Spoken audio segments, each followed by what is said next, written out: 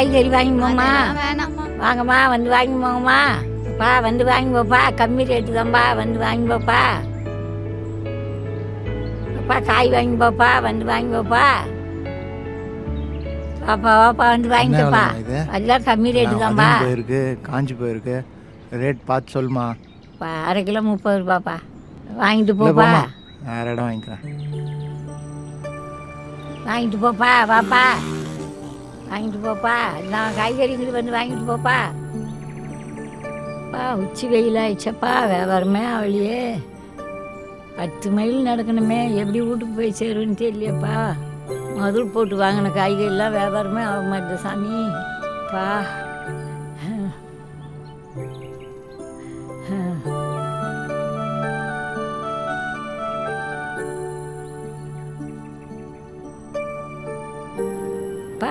ராஜா காய்கறி வாங்கிக்கிறியாப்பா? காய்கறிலாம் வேணாமா, போமா.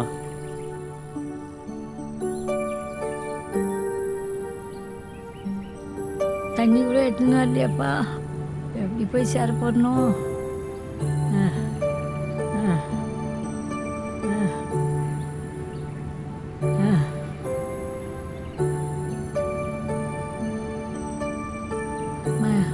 வேற இருக்கிறது இல்லை, எப்படி போய் சேர போடணும்?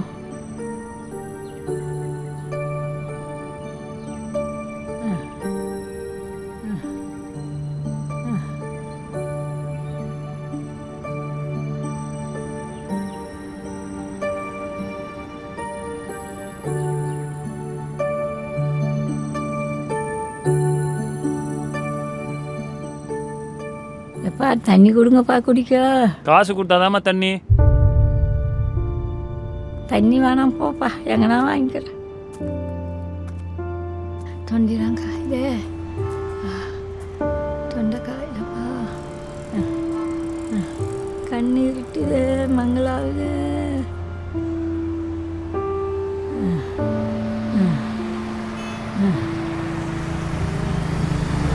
அப்பா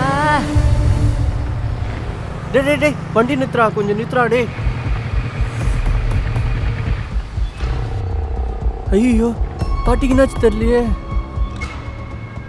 பல்ஸ் இருக்கு, உடம்பு ரொம்ப சூடா இருக்கே. ஒருவேளை வெப்ப பக்கவாதமா இருக்குமோ? இதை பத்தி கேள்விப்பட்டிருக்கேனே.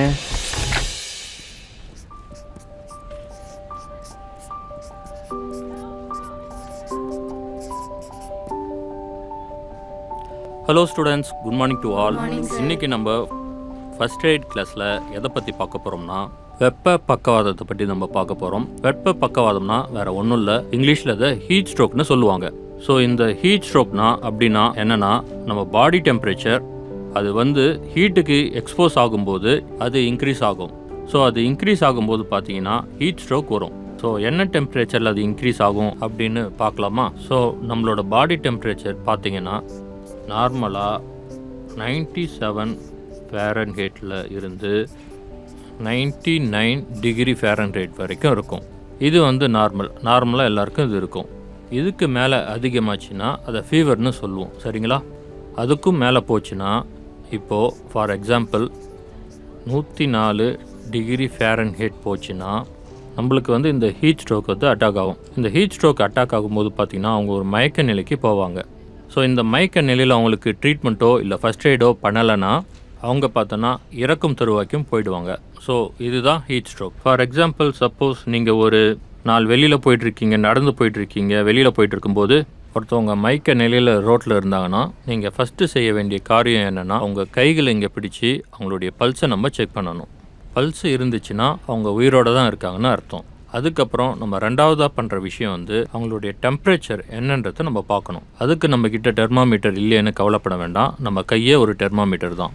ஸோ அதாவது அவங்க கை மேலேயோ நெத்தியில் இந்த பகுதியிலையோ வச்சிங்கன்னா ஹீட் வந்து எவ்வளோ இருக்குன்னு தெரியும். அவங்களுக்கு ரொம்ப டெம்பரேச்சர் அதிகமாக இருந்துச்சுன்னா அவங்க ஹீட் ஸ்ட்ரோக்கால் பாதிக்கப்பட்டிருக்காங்கன்னு அர்த்தம். இந்த நேரத்தில் பார்த்தீங்கன்னா முதல்ல அவங்களுக்கு ஃபஸ்ட் எய்ட் பண்ணணும், இல்லைனா அவங்க மறிச்சு கூட போவாங்க. ஸோ ஃபஸ்ட் எய்ட் பண்ணுறதுக்கு ஒரு 5 விதிமுறைகள் இருக்குது. ஃபஸ்ட்டு என்னென்னா, அந்த வெயிலில் இருக்கவங்கள நிழலான ஒரு பகுதிக்கு நம்ம கொண்டு போகணும். அதுக்கப்புறம் உடனடியாக எமர்ஜென்சி ஆம்புலன்ஸுக்கு நம்ம கால் பண்ணணும். நம்ம தமிழ்நாட்டில் பார்த்தீங்கன்னா 108 இருக்குது, கால் பண்ணிங்கன்னா ஆம்புலன்ஸ் வரும். ஸோ அவங்களுக்கு சொல்லும்போது பார்த்தீங்கன்னா பேஷண்ட்டோடைய கண்டிஷனை விவரமாக அவங்களுக்கு சொல்லணும். 3வதுன்னு பார்த்தீங்கன்னா நம்மக்கிட்ட கர்ச்சிஃப் ஏதாவது இருந்துச்சுன்னா அதை ஈரப்படுத்தி அவங்க மேலே தொடச்சி விடலாம். 4வது தண்ணீர் எடுத்து அவங்க மேலே தெளித்து நம்ம பக்கத்தில் நியூஸ் பேப்பரோ ஏதோ இருந்துச்சுன்னா அதை எடுத்து விசிறும்போது அதிகப்படியான ஹீட் இருந்தால் அது வந்து எவாப்ரேட் ஆகிடும்.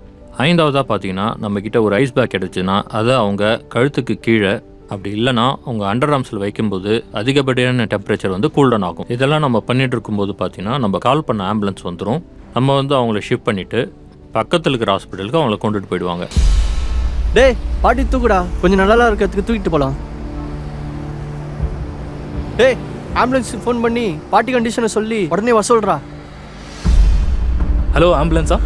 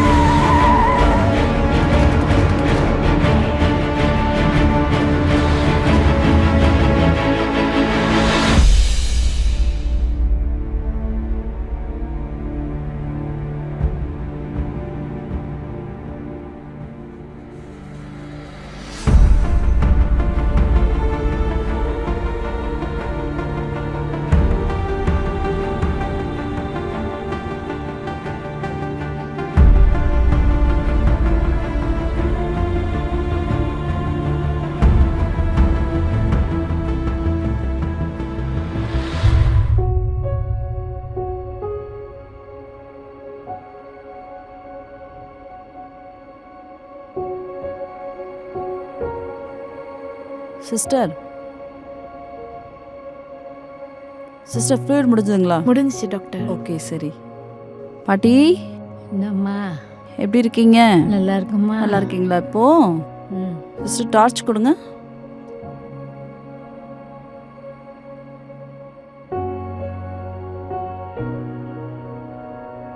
இந்தாங்க.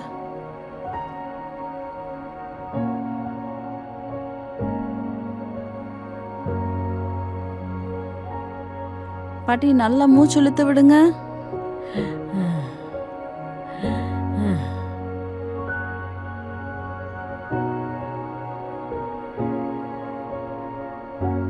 பாட்டி கூட 2 பேர் வந்திருந்தாங்க இல்லையா?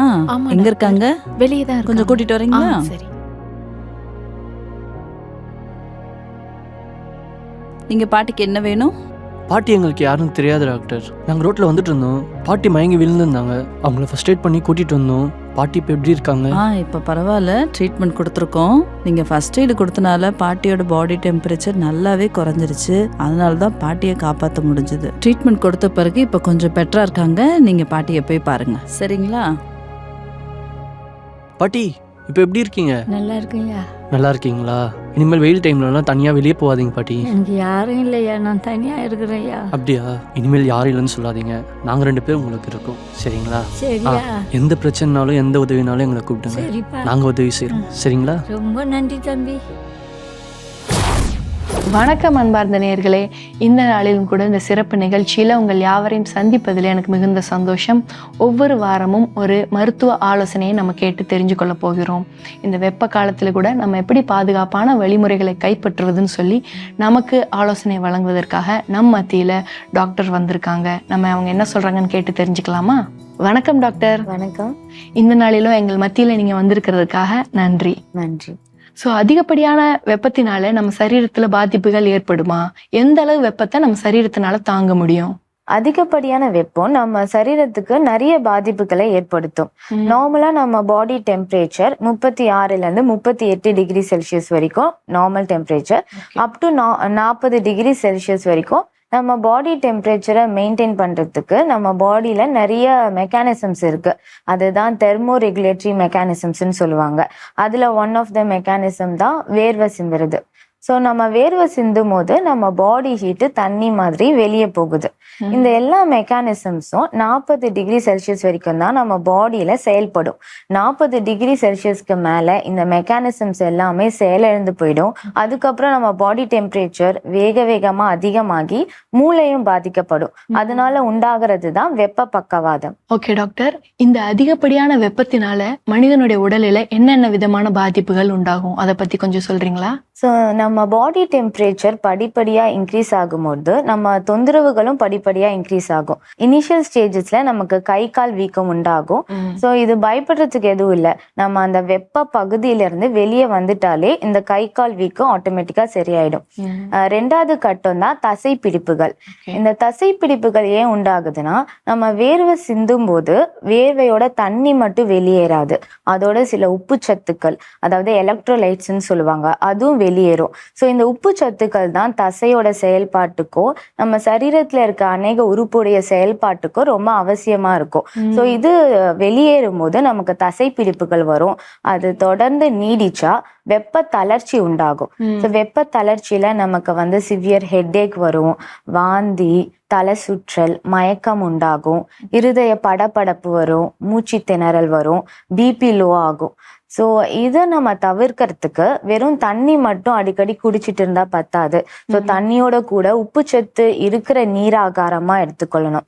ஸோ ஃப்ரூட் ஜூஸ், இளநீர், மோர்ல உப்பு போட்டு நம்ம எடுத்துக்கலாம், இல்லை ORS எடுத்துக்கலாம். ஸோ இந்த மாதிரி நீராகாரத்தை அதிகமாக எடுத்தா இதை தவிர்த்து கொள்ளலாம். இதையும் நம்ம கவனிக்காம விட்டுட்டா நமக்கு லாஸ்ட் ஸ்டேஜ் தான் வெப்ப பக்கவாதம்.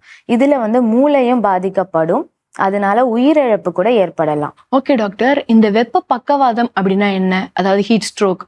ஸோ இதுக்குரிய அறிகுறிகள் ஏதாவது இருக்கா, சொன்னீங்கன்னா தெரிஞ்சுக்கலாம். ஸோ பக்கவாதம் இல்லை ஸ்ட்ரோக்னாலே மூளை பாதிக்கிற ஒண்ணுதான். ஸோ அந்த வெப்பத்தினால நம்ம மூளை பாதிக்கப்படுது. ஸோ 40 டிகிரி வெப்பத்துக்கு மேல நம்ம பாடியில இருக்கிற அந்த தெர்மோ ரெகுலேட்டரி மெக்கானிசம்ஸ் எல்லாமே செயலிழந்து போயிடுது.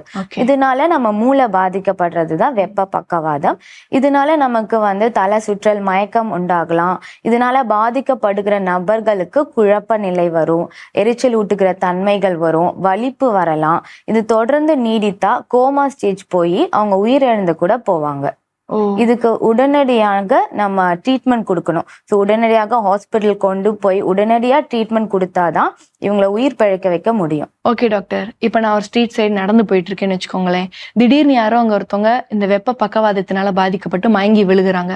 ஸோ நான் இமீடியட்டாக அவங்களுக்கு ஒரு ஃபர்ஸ்ட் எய்ட் கொடுக்கணும்னா நான் என்ன பண்ணணும்? ஸோ ஃபர்ஸ்ட் அவங்கள நம்ம அந்த வெப்பம் இருக்கிற பகுதியிலேருந்து வெளியே கொண்டு வரணும். அதுக்கப்புறம் அவங்க பாடி டெம்பரேச்சரை குறைக்கிறதுக்கு நம்ம குளிர்ந்த நீர் அவங்க பாடி ஃபுல்லாக ஊற்றி விடலாம், இல்லை ஈர துணி வச்சு அவங்க பாடி ஃபுல்லாக தொடச்சி விடலாம்.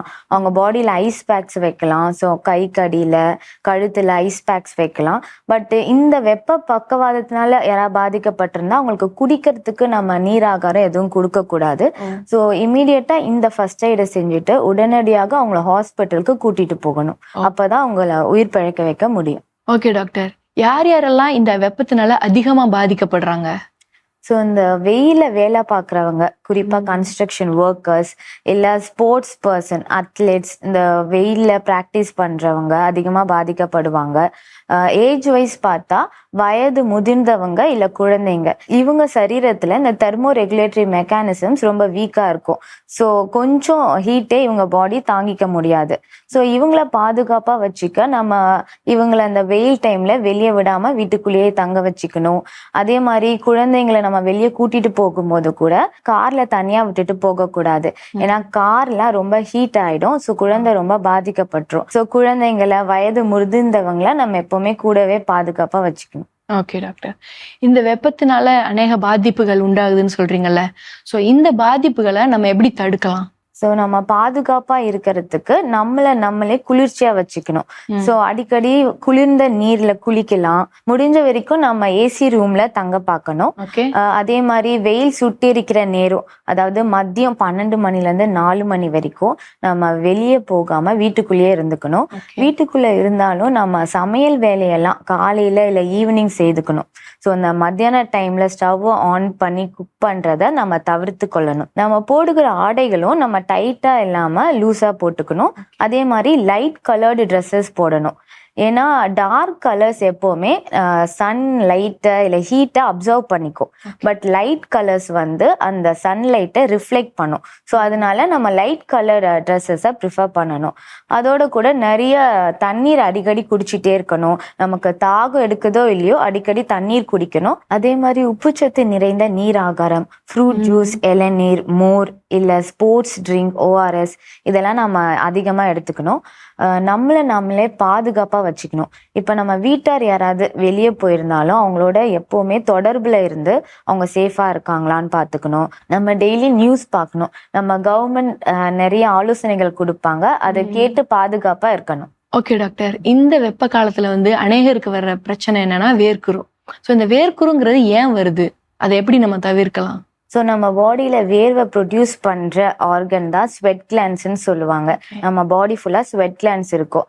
இந்த அதிகப்படியான வெப்பம் ஸ்வெட் கிளான்ஸை பாதிச்சிரும். ஸோ அதனால வேர்வை ப்ரொடியூஸ் ஆகிறது வெளியே வர முடியாம ஸ்கின்குள்ளேயே தங்கிடும். அதனால உண்டாகிற ரேஷஸ் தான் வேர்க்குரு. ஸோ இந்த வேர்க்குரு வராம தவிர்க்கிறதுக்கு நம்ம வேர்வை சிந்துற மாதிரி ஆக்டிவிட்டிஸை அவாய்ட் பண்ணிக்கணும். அதிகமா வெயில்ல போகிறது இல்லை எக்ஸசைஸ் பண்றது, ஹெவி ஒர்க்ஸ் பண்றத அவாய்ட் பண்ணிக்கணும். நம்ம அடிக்கடி குளித்து நம்மளே சுத்தமா வச்சுக்கணும். ஒன்ஸ் இந்த வேர்க்குரு உண்டாயிடுச்சுன்னா நம்ம இந்த வேர்க்குரு அந்த ரேஷஸை ட்ரையா வச்சுக்கணும். தேங்காய் எண்ணெய் இல்லை ஏதாவது ஆயில அந்த வேர்க்குரு மேல பூசக்கூடாது. ஆயில் போட்டா இந்த வேர்க்குரு அதிகமாயிடும். இல்லை இந்த வேர்க்குருனால அதிகமா சிலருக்கு அரிப்புகள் வரலாம். அந்த அரிப்பு உண்டாச்சுன்னா கேலமைன் லோஷன் அந்த மாதிரி கூட யூஸ் பண்ணிக்கலாம். ஓகே டாக்டர், இப்போ இந்த வெயில் காலத்தில் நிறைய பேர் வெளியே போறவங்க டிராவல் பண்றதுக்குலாம் சன்ஸ்கிரீன் லோஷன்ஸ்லாம் பயன்படுத்துறாங்கல்ல, அது நிஜமாவே பயனுள்ளதாக தான் இருக்குமா? அதுல குறிக்கப்பட்டுள்ள SPF அப்படின்னா என்ன, அது எவ்வளோ இருக்கணும்? இந்த சன்லைட் நம்ம மேல படும்போது அதுல இருந்து வர UV ரேஸ் நம்ம ஸ்கின்னை பாதிக்கும். இதனால நிறைய பேருக்கு ஸ்கின் கேன்சர் கூட வரலாம். இதை தவிர்க்கிறதுக்கு நம்ம சன்ஸ்கிரீன் லோஷன் யூஸ் பண்ணலாம். ஸோ இது அந்த UV ரேஸ் நம்ம பாடியை, நம்ம சரீரத்தை பாதிக்காம தடுத்துரும். இதுல இருக்க SPF அப்படின்னா சன் ப்ரொடெக்ஷன் ஃபேக்டர், இது மினிமம் 15 இருக்கணும். ஸோ இது யூஸ்வலாக நம்ம வெயிலில் போகிறதுக்கு ஒரு 15 மினிட்ஸ் முன்னாடி நம்ம பாடி ஃபுல்லாக அப்ளை பண்ணிக்கலாம். ஸோ நம்ம வெயிலே தொடர்ந்து இருந்தால் ஒரு 2 hours ஒன்ஸ் திரும்ப அப்ளை பண்ணிக்கணும். ஸோ இது நமக்கு ரொம்ப பிரயோஜனம் உள்ளதாக இருக்கும். ஓகே டாக்டர், இந்த வெப்ப காலத்துல நம்ம எந்த மாதிரியான உணவுகளை அதிகமா எடுத்துக்கலாம், அதை பத்தி கொஞ்சம் சொல்லுங்களேன். நம்ம சூடான உணவுகளை இல்லை ஹெவி டயட்டை அவாய்ட் பண்ணிக்கணும். ஸோ ஜங்க் ஃபுட் இதெல்லாம் அவாய்ட் பண்ணிக்கணும். அதே மாதிரி ஹை ப்ரோட்டீன் டயட், புரத சத்து அதிகமாக இருக்கிற உணவுகளை நம்ம குறைச்சிக்கணும். ஸோ நான்வெஜ் அதெல்லாம் சாப்பிட்றத குறைக்கணும். ஏன்னா இது எல்லாமே நம்ம பாடி ஹீட்டை அதிகப்படுத்திடும். அதுக்கு பதிலாக நம்மளை குளிர்ச்சியாக வைத்து கொள்ளும்படிக்கு நம்ம ஃப்ரூட்ஸ் அதிகமாக எடுத்துக்கலாம். இல்லை நீர் காய்கறிகள், வெள்ளரிக்காய் இதெல்லாம் அதிகமாக எடுத்துக்கலாம். ஓகே டாக்டர், இப்போ இந்த காலத்தில் பார்த்தீங்கன்னா அநேகர் வந்து இந்த வெயிலில் வந்து வெளியே தான் ஒர்க் பண்ணணும் அப்படிங்கிற கட்டாயத்தில் இருப்பாங்க. ஸோ கன்ஸ்ட்ரக்ஷனில் ஒர்க் பண்ணுறவங்களா இருக்கட்டும், ஒரு டெலிவரி பண்ணுறவங்களா இருக்கட்டும், ஸ்விக்கி, ஜொமேட்டோ அந்த மாதிரியா இருக்கட்டும். ஸோ அந்த மாதிரி நபர்லாம் தங்களை எப்படி வந்து பாதுகாப்பாக வச்சுக்கிறது, அதுக்கு ஏதாவது வழிமுறைகள் இருக்கா? அப்படி இருந்தா கொஞ்சம் சொல்லுங்களேன். தவிர்க்க முடியாது, வெயில தான் வேலை செய்யணும் அப்படி இருந்தா நம்ம செய்யற வேலைகளை நிதானமா பொறுமையா ஒரு ரெஸ்ட் எடுத்து செய்யலாம். ஸோ பரபரப்பா ஹெவி ஒர்க்ஸை நம்ம வெயில செய்யக்கூடாது. சப்போஸ் நம்ம வெயில வேலை செய்யும் போது தலை சுற்றல், மயக்கம், இல்லை இருதய படபடப்பு, மூச்சு திணறல், இந்த மாதிரி அறிகுறிகள் எது காணப்பட்டாலும் நம்ம செய்கிற வேலையை உடனடியாக நிறுத்திட்டு நம்ம குளிர்ச்சியான ஒரு பகுதிக்கு போய் ஓய்வு எடுக்கணும். ஸோ இந்த அறிகுறிகள்லாம் சரியாகிற வரைக்கும் நம்ம ஓய்வு எடுக்கணும். ஓகே டாக்டர், இவ்வளோ நேரம் எங்கள் மத்தியில இருந்து அநேக ஆலோசனைகளையும் பாதுகாப்புக்கான வழிமுறைகளையும் சொன்னீங்க. அது எங்கள் எல்லாருக்கும் ரொம்பவே பிரயோஜனமாக இருந்துச்சு. அதற்காக நன்றி. தேங்க்யூ. வணக்கம் நண்பர்களே, நான் தான் சூரியன். நான் உங்களுக்கு ஒளியும் சக்தியும் தருகிறேன், ஆனால் சில நேரங்களில் ஆபத்தும் தருவேன். என் வெப்பம் அதிகமாகும் போது உங்கள் உடல் அதை சமாளிக்க முடியாமல் போகும். அதுதான் ஹீட் ஸ்ட்ரோக். ஹீட் ஸ்ட்ரோக் என்பது உடல் வெப்பம் 40 டிகிரி செல்சியஸ்க்கு மேல் உயர்ந்து உடல் குளிர்விக்க முடியாத நிலை. இது ஒரு அவசர மருத்துவ நிலை. குழந்தைகள், முதியவர்கள், வெளியில் வேலை செய்பவர்கள் என்னிடம் அதிக நேரம் இருந்தால் ஆபத்து அதிகம். ஹீட் ஸ்ட்ரோக் வந்தால் என்ன ஆகும் தெரியுமா? தலை சுற்றல், மயக்கம், காய்ச்சல், குழப்பம் உண்டாகும். சில நேரங்களில் வியர்வை கூட இல்லாமல் போகலாம். இவையெல்லாம் ஹீட் ஸ்ட்ரோக் அறிகுறிகள். சில நேரங்களில் பாதிக்கப்பட்ட நபர் மயங்கி விடலாம். இது அவசர நிலை. உடனடி உதவி தேவை. உடனே நிழலில் கொண்டு போங்க. உடையை தளர்த்தி குளிர்ந்த தண்ணீர் ஊற்றுங்கள். பிறகு ஈர துணி வைத்து உடல் முழுவதும் துடைத்து விடுங்கள். இதை செய்து கொண்டிருக்கும் போதே ஆம்புலன்ஸ் வரவழைத்து உடனடியாக மருத்துவமனைக்கு அழைத்து செல்லுங்கள். ஆனால் பயப்பட வேண்டாம், என்னை சமாளிக்க ஒரு வழி இருக்கு. அதிகமாக தண்ணீர் குடிக்க வேண்டும். மோர், இளநீர், ஃப்ரூட் ஜூஸ் போன்றவை உங்களை காப்பாற்றும். வெப்பத்தை சமாளிக்க தினமும் அடிக்கடி குளிக்கவும். கூடுமானால் குளிர்ந்த அறையில் அல்லது ஏசி அறையில் இருக்கவும். இதனால் உங்கள் உடலின் வெப்பம் கட்டுப்பாட்டில் இருக்கும். மற்றும் மதியம் 12 முதல் 3 வரை வெளியே போகாதீர்கள். அந்த நேரம் நான் மிகவும் சூடாக இருப்பேன். குடை அல்லது தொப்பி பயன்படுத்துங்கள். நான் உங்கள் நண்பன் தான். ஆனால் இந்த கோடை காலத்தில் என்னிடம் ஜாக்கிரதையாக இருங்கள். சரியான முன்னெச்சரிக்கை எடுத்தால் அதிக வெப்பத்தின் பாதிப்புகளை தவிர்க்கலாம்.